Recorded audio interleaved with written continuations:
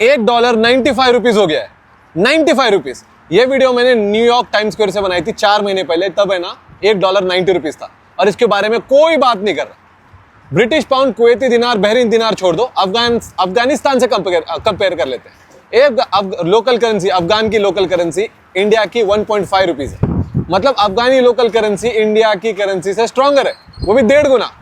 अब इंडिया की total currency की बात कर लेते हैं, 200 लाख करोड़, 200 लाख करोड़ रुपए होते हैं, जिसकी वैल्यू होती है अगर डॉलर में $2.3 ट्रिलियन। और इंडिया की जीडीपी कितनी है? $4 ट्रिलियन।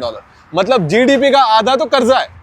अब इंडिया 8.2 ट्रिलियन रुपीस बोरो कर रहा है, तो इसका मतलब है गवर्नमेंट को सिस्टम चलाने के लिए और ज्यादा कर्जा लेना पड़ रहा है। ज्यादा बोरिंग मतलब ज्यादा इन्फ्लेशन, वीकर रुपी और इंपोर्ट महंगा होगा, मतलब फ्यूल, फूड और डेली चीजें और महंगी होंगी।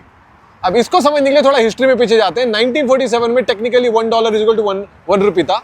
चैट जीपीटी करोगे ना 3 रुपए दिखाएगा।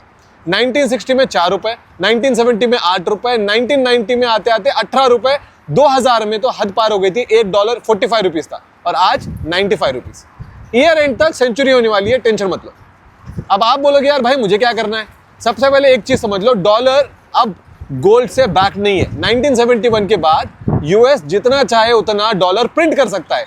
गोल्ड होगा तभी डॉलर प्रिंट करने वाला सिस्टम 1971 में ही खत्म हो गया था। रुपीज, आईएनआर फियाट करेंसी है, डॉलर जैसी, गोल्ड से बैक नहीं है।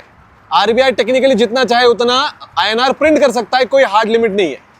अब ज्यादा पैसा प्रिंट होगा तो मार्केट में ज्यादा मनी आएगा, ज्यादा पैसा आएगा, और जब मनी सप्लाई बढ़ती है तो पैसा ऑलरेडी मार्केट में जो है ना उसकी वैल्यू कम हो जाती है। इसको हम बोलते हैं इन्फ्लेशन।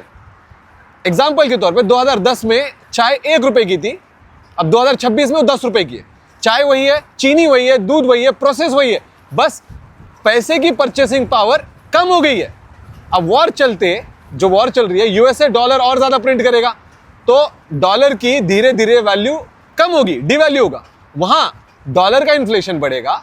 अब आईएनआर डॉलर के मुकाबले गिरता जा रहा है। फिर इंडिया का इन्फ्लेशन 6 से 7% है, 4 महीने में ही 90 से 95 रुपीज हो गया है, ऑलमोस्ट 5% गिर गया है 4 महीने के अंदर। और जो लोग बोलते हैं ना मैंने स्टॉक मार्केट में 20% कमा लिए, मैंने म्यूचुअल फंड में 13% कमा लिया, उन्हें बता दो इंडिया का इन्फ्लेशन ही 6 से 7% है यार। तो पहले 7% माइनस करो। और जो लोग एफडी करके बैठे हैं ना, उनका 6 से 7% परसेंट के लिए वो तो प्रैक्टिकली नेगेटिव में। आप कैलकुलेट करोगे ना पागल हो जाओगे, और एफडी करने वालों को तो टैक्स भी देना पड़ता है।